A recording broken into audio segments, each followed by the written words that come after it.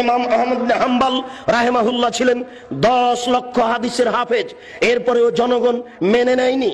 তার পায়ে রশি দিয়ে যেমন কুকুর মারা গেলে রাস্তায় মানুষ টেনে নিয়ে বাইরে ফেলে দিয়ে আসে, ইমাম আহমদ বিন হাম্বল তার যুগে নয়, এখন পর্যন্ত যত মানুষ এসেছে হাদিস শাস্ত্রে সবার চেয়ে বড় পণ্ডিত, এরপরেও জাতি তাকে মেনে নেয়নি, সমাজ তাকে মেনে নেয়নি।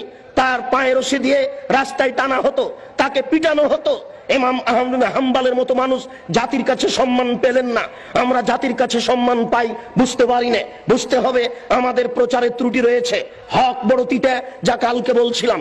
জাতি কেন সম্মান করে, জাতি কেন মূল্যায়ন করে? কই কেউ তো ইট মারে না, ঢেল মারে না, পাটকেল মারে না, সম্মান সহকারে খেতে দেয়। সেই জন্য তো আপনাকে গতকালকে আমি শোনাচ্ছিলাম যে আখেরি মোনাজাতে আপনি হাত তোলার পূর্বে এইভাবে একটু বলুন, তাহলে বুঝবো আপনি হক কথা বলছেন। বুঝলাম আপনি বড় কাজ করছেন, বুঝলাম আপনি বড় হুজুর, অনেক দূর থেকে এসেছেন, আমেরিকা থেকে এসেছেন, লন্ডন থেকে এসেছেন, সৌদি আরব থেকে এসেছেন। আপনি টুঙ্গির আখেরি মোনাজাতে অংশগ্রহণ করবেন, 1 ঘন্টা আপনি মোনাজাতে থাকবেন। সারা পৃথিবীতে মানুষ টিভি চ্যানেলে আপনার মোনাজাতে অংশগ্রহণ করবে। সেই টুঙ্গি থেকে নিয়ে মতিঝিল পর্যন্ত মানুষ একাকার হয়ে আপনার মোনাজাতে অংশগ্রহণ করবে।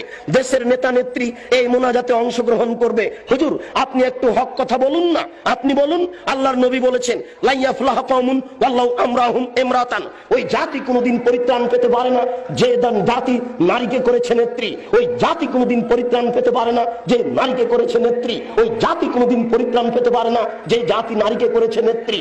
আপনি বলুন দোয়া করার পূর্বে আল্লাহ রাসূল বলছেন আলী লা তাদু তিমসালান ইল্লা তামাসতাহু ওয়ালা কাবরান মুসরিফান ইল্লা সাওয়াইতাহু, আলী তুমি ছাড়বে না কোনো উঁচু কবর, সবকে ভেঙে সমান করে দাও। আলী তুমি ছাড়বে না কোনো ছবি মূর্তি, সবকে ভেঙে একাকার করে দাও।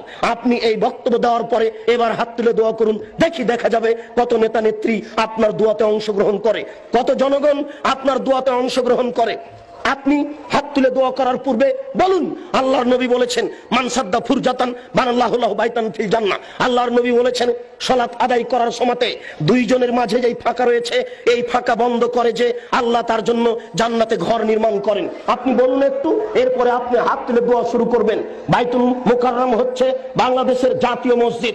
বাংলাদেশের যারা বড় আলেম তারাই সেখানে খুতবা দেওয়ার অধিকার রাখে।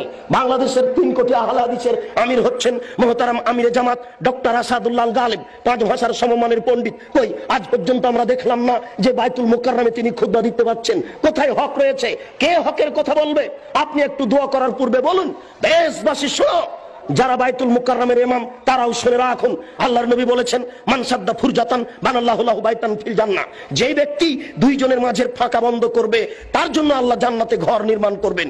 আল্লাহর নবী বলছেন এই শুনো, আমি দেখতে পাচ্ছি দুইজনের ফাঁকা দিয়ে শয়তান প্রবেশ করছে। তিনি কত কিছু বললেন এই কাতারকে সুন্দর করে সারিবদ্ধ হয়ে প্রাচীরের মতো হয়ে দাঁড়ানোর জন্য। আর বাইতুল মুকাররমে গিয়ে দেখি, অন্যান্য মসজিদে গিয়ে দেখি একজন 1 হাত সামনে আছে, 1 হাত পিছনে আছে, কোন জায়গাতে 2 হাত ফাঁকা আছে, 5 হাত ফাঁকা আছে, এইভাবে সালাত শুরু হয়ে যাচ্ছে।